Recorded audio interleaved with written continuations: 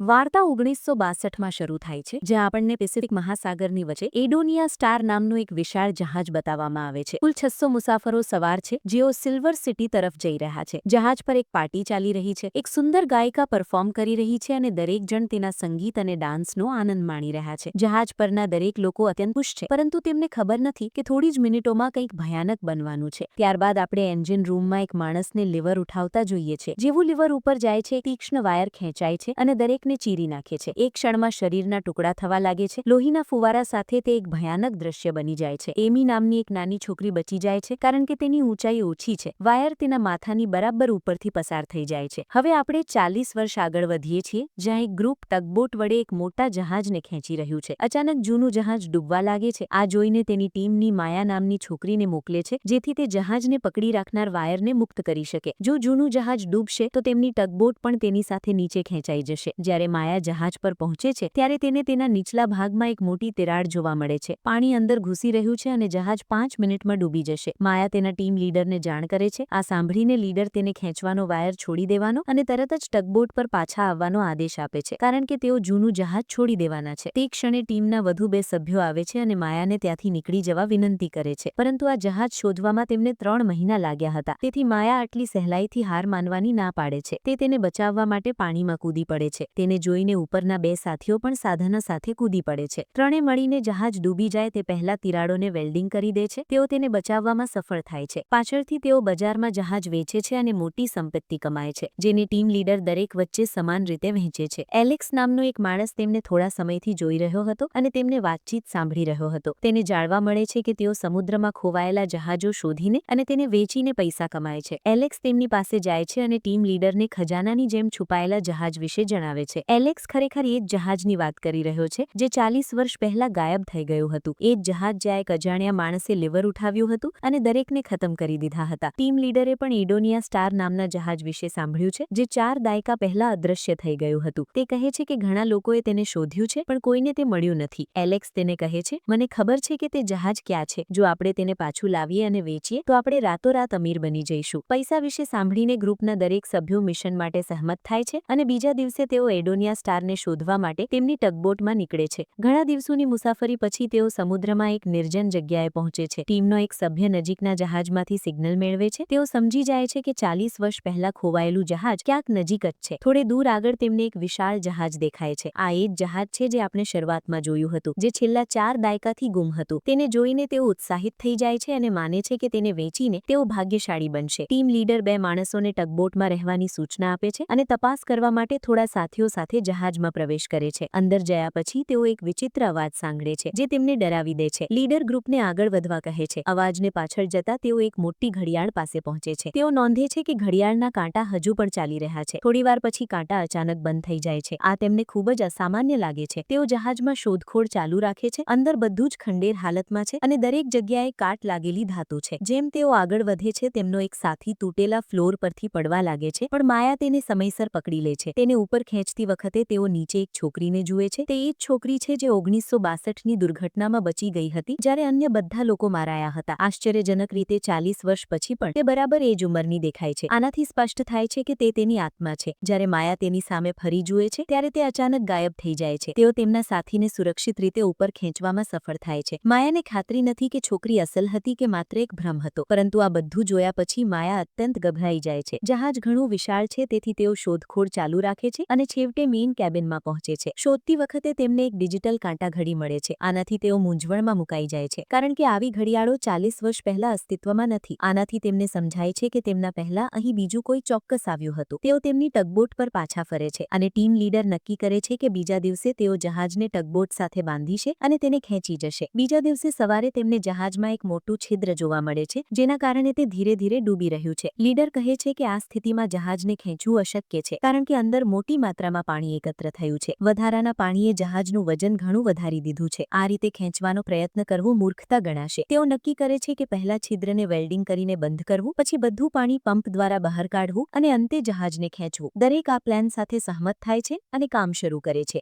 કેટલાક સભ્યો છિદ્ર રિપેર કરે છે, જ્યારે અન્ય લોકો અંદર ખજાનાની શોધ ચાલુ રાખે છે. તેની શોધ દરમિયાન માયા એક સ્વિમિંગ પુલ પાસે આવે છે. તે જોઈને ચોંકી જાય છે કે પુલ ગોળીઓના છિદ્રોથી ભરેલો છે. જેવી માયા પુલ વિસ્તાર છોડવાનો પ્રયાસ કરે છે, છે. પેલી છોકરી ફરી એકવાર તેની સામે આવે છે. ગભરાઈને માયા પૂલમાં પાછી પડે છે. તેનું માથું પૂલના તળિયે જોરથી અથડાય છે અને લોહી વહેવા લાગે છે. પૂલ તરત જ લોહી શોષી લે છે. જ્યારે માયા ફરીથી ઉપર જુએ છે ત્યારે છોકરી જતી રહી હોય છે અને એલેક્સ ત્યાં ઊભો રહે છે. એલેક્સ માયાને પૂલમાંથી બહાર આવવામાં મદદ કરે છે. બહાર નીકળ્યા પછી માયા એલેક્સને કહે છે, મેં હમણાં જ અહીં એક છોકરી જોઈ, પણ તે અચાનક ગાયબ થઈ ગઈ. એલેક્સ જવાબ આપે છે, તે તારો ભ્રમ જ હશે, અહીં એવું કંઈ નથી. બંને ચાલવાનું ચાલુ રાખે છે અને તેઓ ગયા પછી પૂલ આખો લોહીથી ભરાઈ જાય છે. તે દરમિયાન ટીમ લીડરને જૂના કેપ્ટનનો રૂમ મળે છે. જ્યારે તે અંદર જાય છે ત્યારે તેને રૂમ ભયાનક હાલતમાં મળે છે. રૂમની તપાસ કર્યા પછી તેને કંઈ મહત્વનું નથી મળતું. તેની સામેના ટેબલ પર તે દારૂની બોટલ અને દારૂથી ભરેલો ગ્લાસ જુએ છે. એવું લાગે છે જાણે કે કોઈ હમણાં જ ત્યાં પીતું હોય. જ્યારે ટીમ લીડર એક ઘૂંટડો ભરવા જાય છે ત્યારે તે અરીસામાં જુએ છે અને તેની પાછળ જૂના જહાજના કેપ્ટનને જુએ છે. ગભરાઈને તે ગ્લાસ છોડી દે છે જે ફ્લોર પર અથડાઈને તૂટી જાય છે. ટીમ લીડર ગભરાણકમાં ભાગી જાય છે. જહાજ પરના દરેક વ્યક્તિ સાથે વિચિત્ર ઘટનાઓ બને છે. ટીમના એક સભ્ય માર્કને એક સ્ત્રીના ગાવાનો અવાજ સંભળાય છે. તે અવાજને પાછળ જતો તે નીચલા ડેક પર પહોંચે છે જ્યાં વાર્તાની શરૂઆતની ગાયિકા પરફોર્મ કરી રહી છે. તે દરમિયાન માયા અને એલેક્સ આગળ વધે છે અને લોન્ડ્રી રૂમની બહાર નીકળતો દરવાજો ખોલે છે. પાણીનું એક મોટું મોજું બહાર આવે છે જેમાં ઘણા લોકોના મૃતદેહો હોય છે. ગભરાયેલા માયા અને એલેક્સ આગળ વધવાનું ચાલુ રાખે છે. જેમ તેઓ ચાલે છે એક કેબિનનો દરવાજો ખુલે છે. અંદર એલેક્સને એક લક્ઝરી કાર મળે છે. તે જોઈને તે ઉત્સાહિત થઈ જાય છે, પણ માયા અસ્વસ્થ અનુભવે છે અને ઝડપથી જવા માંગે છે. અચાનક તેઓ બીજા રૂમમાં કંઈક હલતું જુએ છે. જ્યારે તેઓ તપાસ કરે છે અને વસ્તુઓને બાજુ પર ખસેડે છે ત્યારે તેમને સોનાથી ભરેલું બોક્સ જોઈને આઘાત લાગે છે. માયા તરત જ બાકીના ગ્રુપને બોલાવે છે. જ્યારે દરેક જણ પહોંચે છે ત્યારે તેમને આવા 9 બોક્સ મળે છે જેમાંના દરેકમાં 28 સોનાના બાર છે. આ ખજાનો જોઈને આખી ટીમ અત્યંત ખુશ થઈ જાય છે. આટલી મોટી સંપત્તિ મળ્યા પછી તેઓ જહાજ છોડી દેવાનો અને પોતાની સાથે માત્ર સોનું લઈ જવાનો નિર્ણય કરે છે. તેઓ સોનું તેમની ટગબોટમાં લોડ કરે છે અને નીકળવાની તૈયારી કરે છે. ટગબોટનો કેપ્ટન એન્જિન ચલાવવા માટે તેને સાફ કરવાનું શરૂ કરે છે, પરંતુ ટગબોટનો સિલિન્ડર વાલ્વ પોતાની મેળે જ ચાલુ થઈ જાય છે. હવામાં ગેસ લીક થવા લાગે છે.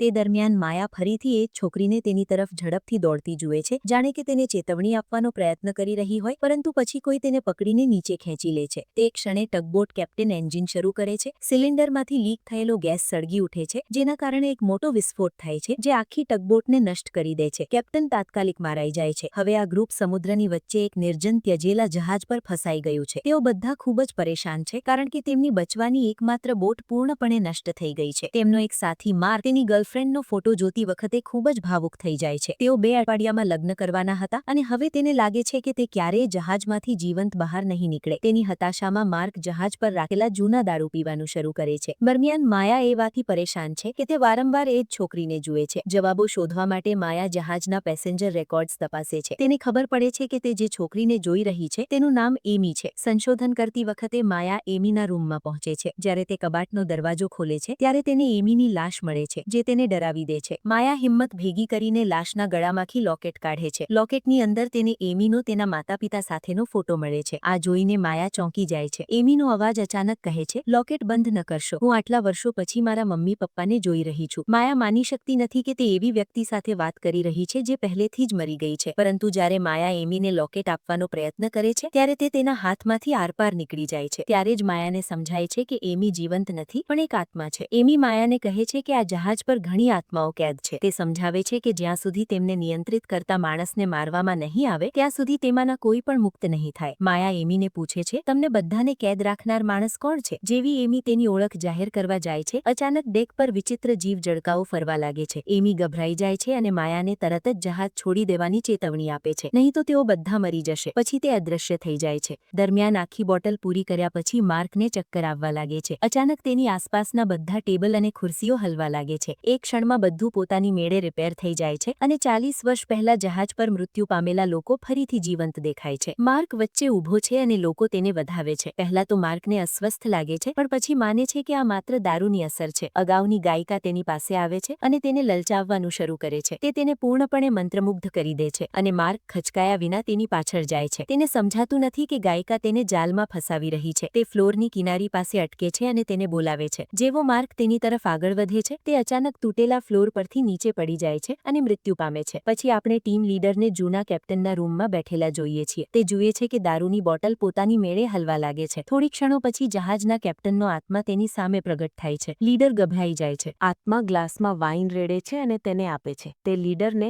લોરેલાઈ નામના જહાજનો ફોટો પણ આપે છે. કેપ્ટન સમજાવે છે કે ઘણા વર્ષો પહેલા એક માણસ જહાજ પર આવ્યો હતો અને તેમને લોરેલાઈ વિશે જણાવ્યું હતું. તેણે દાવો કર્યો હતો કે તે જહાજમાં વિશાળ ખજાનો છુપાયેલો છે. જ્યારે તેઓએ લોરેલાઈ જહાજને બચાવ્યું ત્યારે તેમને ખરેખર અંદર ખજાનો મળ્યો. કેપ્ટન ટીમ લીડરને બીજો ફોટો બતાવે છે અને કહે છે, આ એ માણસ છે જેણે અમને લોરેલાઈ વિશે જણાવ્યું હતું. જ્યારે ટીમ લીડર તે માણસનો ફોટો જુએ છે ત્યારે તે ચોંકી જાય છે. તે એલેક્સ છે, પરંતુ ફોટો 40 વર્ષ જૂનો છે. 4 દાયકા પછી પણ એલેક્સ અત્યારે છે તેવો જ દેખાય છે. ટીમ લીડરને સમજાય છે કે એલેક્સ માણસ નથી પણ એક આત્મા છે. આ સમજીને તે તેની ટીમને જહાજમાંથી બહાર કાઢવા માટે બેચેન બની જાય છે. તે તરત જ તેના સાથીઓની શોધ શરૂ કરે છે, પરંતુ પછી તે એ જ સાથીને મળે છે જે ટગ બોટ પર ગેસ લીકને કારણે થયેલા વિસ્ફોટમાં માર્યો ગયો હતો. તે મૃત્યુ પામેલા માણસનો આત્મા છે અને તે લીડર પર હુમલો કરવા માટે તેની તરફ વધે છે. ટીમ લીડર પોતાને બચાવવા માટે ભાગે છે. તે ક્ષણે માયા આવે છે અને આત્મા ગાયબ થઈ જાય છે. જો કે ટીમ લીડર માયાના ચહેરાને તે જ ભૂત તરીકે જુએ છે જેનો તેને હમણાં સામનો કર્યો હતો. માયા પણ એક આત્મા છે એમ માનીને તે ગભરાઈ જાય છે અને તેના પર હુમલો કરે છે. માયા પોતાનો બચાવ કરે છે અને લીડરના પગમાં ઈજા પહોંચાડે છે, પરંતુ તે લીડરને લાંબો સમય રોકી શકતી નથી. તે ફરીથી ઊભો થાય છે અને માયા પર હુમલો કરવા માટે વધે છે. તે માયાને નુકસાન પહોંચાડે પહેલા એલેક્સ પાછળથી આવે છે અને લોખંડના સળિયા વડે લીડરના માથા પર પ્રહાર કરે છે, જેનાથી તે બેભાન થઈ જાય છે. એલેક્સ એ જ માણસ છે જે તે બધાને જહાજ પર લાવ્યો હતો. આખી ટીમમાં માત્ર લીડરને જ ખબર પડી હતી કે એલેક્સ માણસ નથી પણ પિશાચ જેવો આત્મા છે. એલેક્સને પણ સમજાયું હતું કે લીડરે સત્ય શોધી લીધું છે. લીડરને તેના માર્ગમાંથી હટાવવા માટે એલેક્સ અન્ય લોકોને મનાવી લે છે અને દાવો કરે છે કે જો લીડર જાગશે તો તે કોઈને નુકસાન પહોંચાડી શકે છે. દરેક જણ એલેક્સ સાથે સહમત થાય છે. તેઓ તેમના બેભાન લીડરને પાણીની ટાંકીમાં ફેંકી દે છે. બીજો કોઈ વિકલ્પ ન હોવાથી બાકીના સભ્યો યોજના મુજબ જૂના જહાજનું સમારકામ ચાલુ રાખે છે. તેઓ તે છિદ્રને વેલ્ડિંગ કરે છે જેમાંથી પાણી અંદર આવતું હતું અને એકઠું થયેલું પાણી બહાર પંપ કરવાનું શરૂ કરે છે. માયા જુએ છે કે તેનો એક સાથી માર્ક ગાયબ છે, તેથી તે તેને શોધવા જાય છે. છોકરીનો આત્મા ફરી એકવાર પ્રગટ થાય છે અને તેને કહે છે કે જે માણસને તે શોધી રહી છે તે મરી ગયો છે. તે જણાવે છે કે માર્ક ગાયિકાની પાછળ જતી વખતે મૃત્યુ પામ્યો હતો. પછી છોકરી હળવેથી માયાના ખભા પર હાથ મૂકે છે અને તેને 1962ની તે રાત પર લઈ જાય છે જ્યારે દુર્ઘટના બની હતી. તે રાત્રે જહાજ પરના દરેક વ્યક્તિની નિર્દયતાથી હત્યા કરવામાં આવી હતી. ગુનેગારોના એક જૂથે જહાજમાં સંગ્રહિત તમામ સોનું ચોરવાના ઈરાદે મુસાફરોની હત્યા કરી હતી. તેઓએ કેટલાક લોકોને ઝેર આપ્યું, અન્યને વાયરથી કાપી નાખ્યા અને ઘણાને નિર્દયતાથી ગોળી મારી દીધી. એમીને પણ છોડવામાં ન આવી હતી. તેઓએ તેને તેના રૂમમાં ખેંચી લીધી અને તેને ફાંસી આપી દીધી. આ બધાની પાછળ પેલી ગાયિકા હતી જેણે સોનું ચોરવાની આખી યોજના ઘડી હતી. તેના માણસોની મદદથી તેણે જહાજ પરના દરેક વ્યક્તિને મારી નાખ્યા. હત્યાકાંડ પછી બધું સોનું તેમના કબજામાં હતું. જહાજનો અધિકારી ગુપ્ત રીતે ગાયિકા સાથે કામ કરી રહ્યો હતો. ગાયિકાના સંકેત પર તેણે તેના પોતાના સાથીઓને મારી નાખ્યા, પરંતુ જ્યારે તે પાછો ફર્યો ત્યારે ગાયિકાએ તેને પણ ગોળી મારી દીધી. ગાયિકા માનતી હતી કે બધું સોનું તેનું જ છે કારણ કે જહાજ પરના દરેક વ્યક્તિ ખતમ થઈ ગયા હતા. પરંતુ ત્યારે એક માણસ જે આ બધા પાછળનો અસલી માસ્ટરમાઇન્ડ હતો તે પ્રગટ થયો અને તેણે લોખંડની સાંકળથી ગાયિકાની હત્યા કરી. માયાએ એમીની મદદથી આ જોયું અને અંતે તેણે માસ્ટરમાઇન્ડને જોયો જેનાથી તેને આઘાત લાગ્યો. તે માણસ બીજો કોઈ નહીં પણ એલેક્સ હતો જેણે તેમને સોનાના લોભમાં અહીં બોલાવ્યા હતા. જહાજ લીક થઈ રહ્યું હતું અને ધીમે ધીમે ડૂબી રહ્યું હતું. તેને બચાવવા માટે કોઈની જરૂર હતી જે નુકસાનને રિપેર કરી શકે. તેથી એલેક્સ ચાલાકીથી તેમને આ હેતુ માટે અહીં લાવ્યા હતા. હવે જહાજ સંપૂર્ણ રીતે રિપેર થઈ ગયું હતું. એલેક્સને હવે તેમની જરૂર ન હતી અને તે બધાથી છુટકારો મેળવવાની યોજના બનાવી રહ્યો હતો. આ સમજીને માયાને યાદ આવ્યું કે કેવી રીતે તે એલેક્સના પ્રભાવમાં આવી ગઈ અને તેના લીડરને ટાંકીની અંદર બંધ કરી દીધો. માયા તેને બચાવવા દોડી, પણ તે ત્યાં પહોંચી ત્યાં સુધીમાં લીડર ટાંકી પાણીથી ભરાઈ જવાને કારણે મૃત્યુ પામ્યો હતો. માયાએ ટાંકીનો કાચ તોડવાનો પ્રયત્ન કર્યો, પણ તે ખૂબ જ મજબૂત હતો. તેના પ્રયત્નો છતાં તે તેને બચાવી શકી નહીં. પછી માયા તેના એક સાથી ડેવિડને શોધવા ગઈ. માયાએ ડેવિડને એલેક્સ વિશેનું સત્ય કહ્યું અને તેને ચેતવણી આપી કે એલેક્સ દેખાય તો તેના પર ગોળી ચલાવવી. હું આપણા બીજા ક્રૂ મેમ્બરને શોધવા જઈ રહી છું, તેણે કહ્યું. માયા ગયાના થોડા સમય પછી એલેક્સ ડેવિડની સામે પ્રગટ થયો. ડેવિડે તેની બંદૂક એલેક્સ તરફ તાણી અને તેને ન હલવાનો આદેશ આપ્યો. આ સાંભળીને એલેક્સને સમજાયું કે માયાએ સત્ય કહી દીધું છે. એલેક્સે બંદૂક પકડવા માટે ડેવિડને વાતચીતમાં વિચલિત કરવાનો પ્રયત્ન કર્યો, પણ ડેવિડ તેની યુક્તિ સમજી ગયો